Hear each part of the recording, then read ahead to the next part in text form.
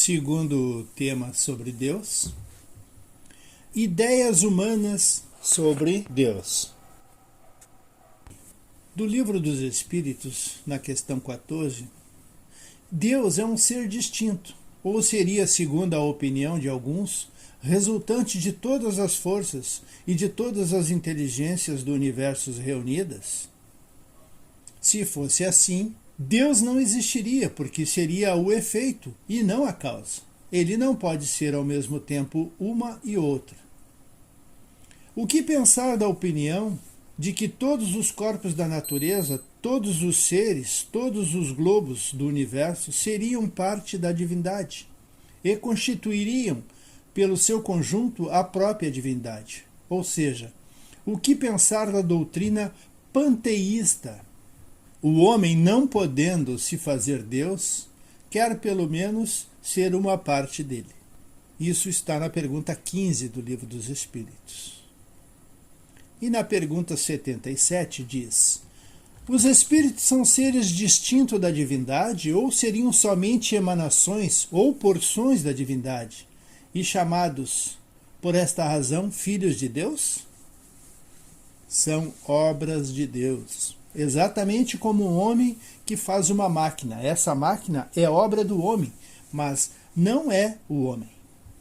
Quando o homem faz uma coisa bela e útil, a chama de sua filha, sua criação. Pois bem, ocorre o mesmo com Deus. Somos seus filhos, porque somos sua obra. 78.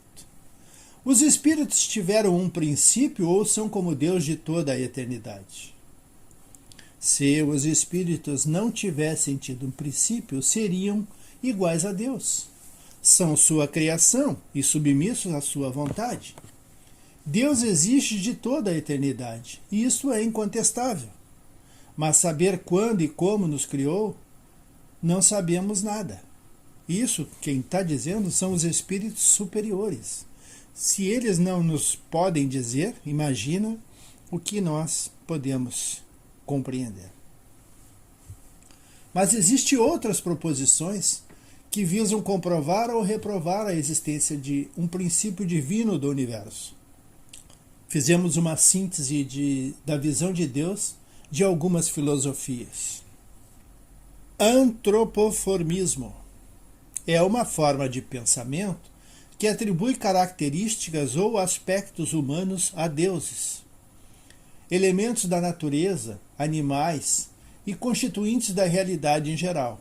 Neste sentido, toda a mitologia grega, por exemplo, é antropomórfica. Muitas imagens da Idade Média, atribuídas a Deus, é de um homem idoso, barbudo e gigante, sentado em um trono, comandando a hostes de anjos com muito rigor. Teísmo, qualquer ideia de que há um Deus supremo. O teísmo sustenta que Deus existe realmente e independentemente do pensamento humano.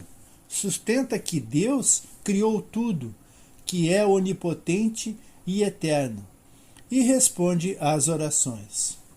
Uma das principais defensoras do teísmo é a teologia católica, porque ela sustenta que Deus é infinitamente simples.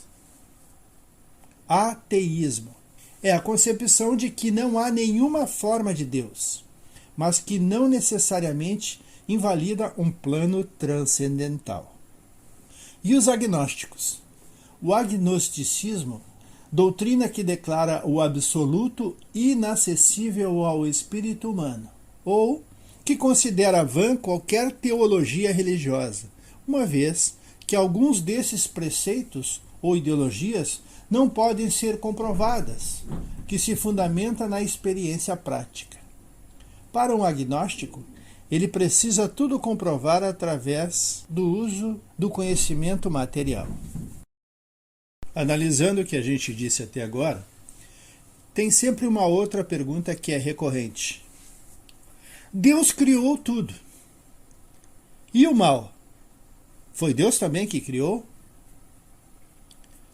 Sendo Deus todo sabedoria e todo bondade, não poderia ter criado o mal.